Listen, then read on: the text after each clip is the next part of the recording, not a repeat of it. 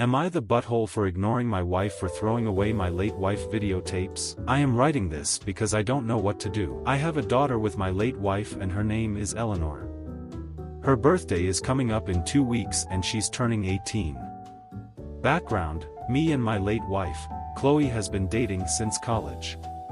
We got older and ended up getting married, and after our wedding, she shared news to me that she was pregnant and I was excited that we were expecting our first child.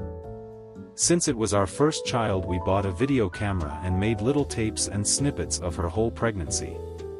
Wholesome things such as us just joking around or having lunch, or talking to our unborn child through the camera. We made a promise to only show Eleanor the tapes until her 18th birthday. Fast forward 2 years after her birth, Chloe passed away due to a drunk driver crashing into her car as she was coming home from her mother's house. I was devastated of her passing and went into a deep depression and having to raise our 2-year-old daughter by myself. My friends tried to get me to go out again and start back dating, but every time I did I felt like I was betraying her. Years later, when Eleanor was 13, I met Wendy. We met at a gathering for my sister's birthday and we instantly hit it off. She didn't mind that I had a daughter because she had 2 kids herself and just went through a divorce. 2 years after we got married, now back to the present. Eleanor's 18th birthday is coming up and I kept all the tapes for me to show her. Mind you, her mother died when she was just 2, so Eleanor doesn't remember her touch or her voice. I was excited to show her the tapes, and a week ago I was talking to Wendy about it and I noticed her expression going from happy to looking a bit uncomfortable. Wendy would always get uncomfortable when I talk about my late wife. I don't say things like, "Why can't you be like Chloe?" or "Chloe was only supposed to be my first love," but I talk about her in a way to give my daughter a mental picture of how her mother was like. Wendy has always talked to me about Chloe and how it made her sad that she can never be like her. Chloe was a model, then started working on her fashion career, and don't get me wrong, she was a really beautiful woman, while Wendy had 2 kids in college and not in the best shape due to her words. I love both women how they are and I've never had a preference, but I feel like Wendy is gaining some jealousy towards Chloe. I told Wendy that I love her just the way she was and she broke down crying. The next day after that incident, she came up to me and apologized for the way she acted last night. I told her it was okay and it's good that she felt comfortable to share her feelings, and I gave her a tight hug and a kiss on her forehead. She asked to see where the tapes were at and I showed her the box of videotapes of my late wife in my closet. Things were going fine until yesterday morning. I was looking for the tapes because I wanted to put them in a prettier box for my daughter, and when I went to go find them, the box wasn't in my closet. I looked everywhere to the point I walked downstairs to see my wife laying on the couch watching TV. I asked her about the box and she told me she threw it away with a neutral expression. My heart dropped and I asked her what did she mean, and she told me that I talk about her too much and that I need to move on with my life, so she threw them away as a head start.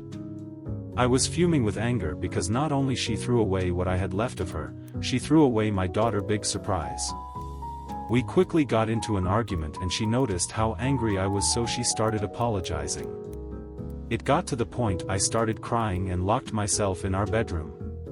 It's the morning and I'm writing this in my office, going through my computer finding old files or any type of video of my late wife to give it to my daughter, because sometimes my daughter still cries that she never got to meet her mother and I really thought it would bring her closer to her. I've been ignoring my wife for the past day and she's been texting me non-stop about how sorry she is, but I really just can't look at her right now. It's getting to the point our mutual friends are texting me to accept her apology and get over it, since Chloe died over 10 years ago, but I'm trying to ignore them all because they never had someone so close to them died. I am working on finding these files and I'm starting to think I was overreacting. I don't know what to do and I really need help. Am I the butthole for calling off my wedding after my fiancé bought a house with his mom? Okay, so, me, 28F, and my fiancé, 30M, have been together 5 years. We were planning our wedding for this fall and had been talking for years about our future, like kids, finances, and buying a house together. We had a whole plan to save up, find something we both loved, and make it our home. This was talked about a lot. Welp. Turns out he already bought a house. But not with me, with his mom. And he didn't even tell me he was looking. Apparently she found the perfect place and convinced him to split it with her BC she didn't want to rent anymore. So now, instead of us planning our future together, he's financially tied to his mother, who's going to be living there full-time. I just stared at him like, WTF. And when I asked where I fit into all this, he goes, oh, well, you can move in too, of course. Like I'm supposed to be thrilled to live in a house his mom picked out, partially owns, and is just there all the time. He also admitted he did it BC, I was taking too long to save and his mom offered him a faster way to own something. I was so shocked and pissed, I told him I needed space. And the more I thought about it, the more I realized I can't marry someone who thinks this is normal. So, I called off the wedding.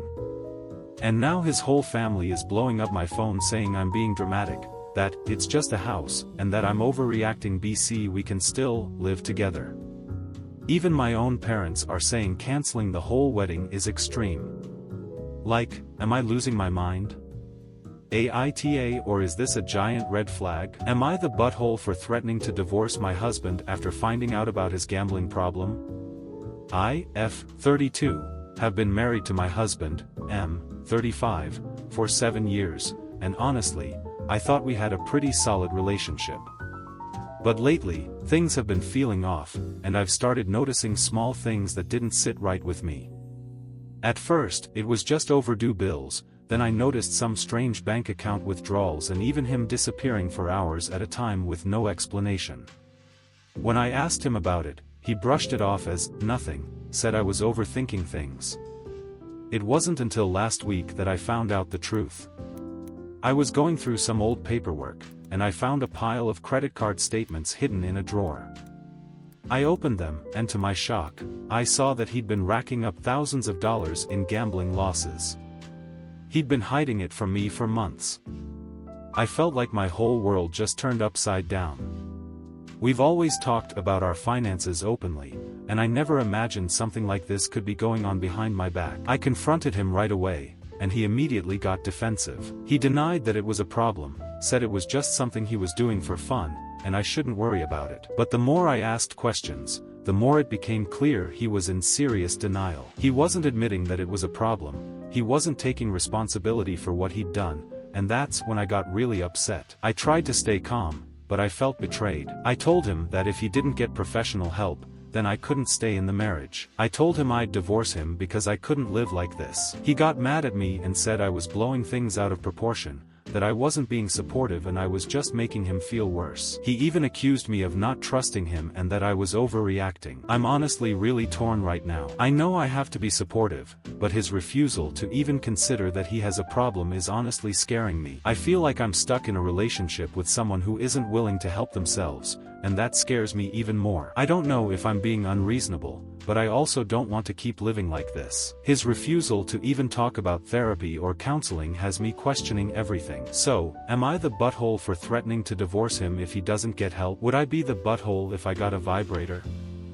I, 25F, and my boyfriend, 27M, have had a rocky sex life. I do not feel any pleasure whatsoever from PIV. My boyfriend knows this, but we have intercourse anyway. I just lay there, let him do his thing, then go back to whatever I was doing. I recently suggested getting a vibrator or trying to find my G-spot, but he says that he doesn't want anything to make me feel good except him. I would never say this to his face, but he doesn't make me feel good anyway.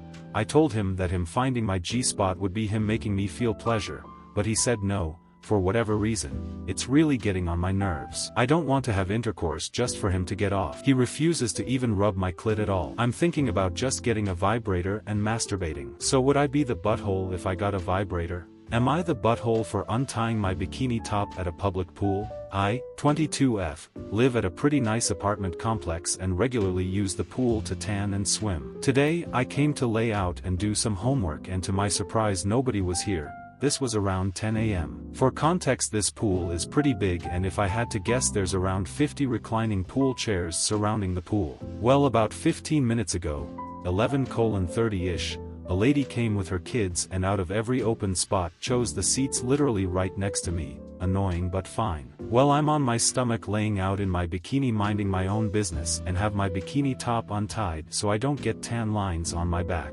Keep in mind my upper parts are not showing, I'm completely on my stomach and any side boob would be showing whether the straps are tied or not. Anyways, turn my head and smile at this lady as she's sitting down with her kids and she gives me a disgusted look and starts scolding me for having my top untied in front of her kids. I was pretty taken aback and said, well, you could go sit somewhere else if you don't like it, and she called me an asshole. So am I the asshole for having my top untied in front of her kids? Edit. I think some people are confused. My boobs were not showing at all. My top was still on, only my back strap was untied. Also, there are many comments about the dangers of tanning. I hear your concerns. I do use sunscreen and go to the dermatologist every year or so. I am aware that skin cancer is dangerous. Laying out in Florida is no different than going on the boat for hours or spending the day at the beach. Also, almost everything in the US causes cancer, from the genetically modified food to the chemicals in our clothes. All I can do is live my life and take precautions when possible. Is it unreasonable to expect him 42M to call me 39F when he is away? Hi everyone. I've, 39F, been with my current partner, 42M, for 2 years. He's from another country, quite far from here. When he travels back home, he usually stays for at least a month. While he does message me every day when he's there, he rarely, if ever, calls. The first time he traveled back after we got together, I told him I needed more interactions because it no longer felt like a relationship to me. He agreed to make an effort, but nothing changed. Recently, he's been more distant, saying he's going through a tough time at work, which I tried to be patient with. However, during his last month-long trip, he started by calling for the first few days but then stopped for 2 weeks. When I tried to call him after 2 weeks, he ignored my calls and only texted instead. The next day, when I called again, he said he was busy and promised to call soon. I eventually decided to block him because I couldn't handle the fact that he didn't even check in to see if I was okay. We eventually had a conversation where he said he was just spending time with family and felt shocked that I blocked him. He made promises to do better during his next trip and even cried, but I'm still having doubts. I can't help but feel foolish, but I also can't imagine why he wouldn't make time for even a 2-minute call to say hello for several days in a row, unless there's someone else and/or he does not care at all. At the start of our relationship, he was cheating, explaining that he struggled to leave his ex-girlfriend as she was threatening suicide. This behavior feels inconsistent with his rather self-centered personality as he shuts down and distances himself when things are emotional. I gave him a chance without asking questions as it made me seem controlling if I asked more questions. He also never lets me approach his phone or stay at his place alone when he's not there, even though I gave him the keys to my place, but he's never done the same for me. I feel really stupid reading what I just wrote but need some external confirmation to stop doubting myself. Am I unreasonable questioning the entire relationship because he did not call while away? Thanks for reading and for any help.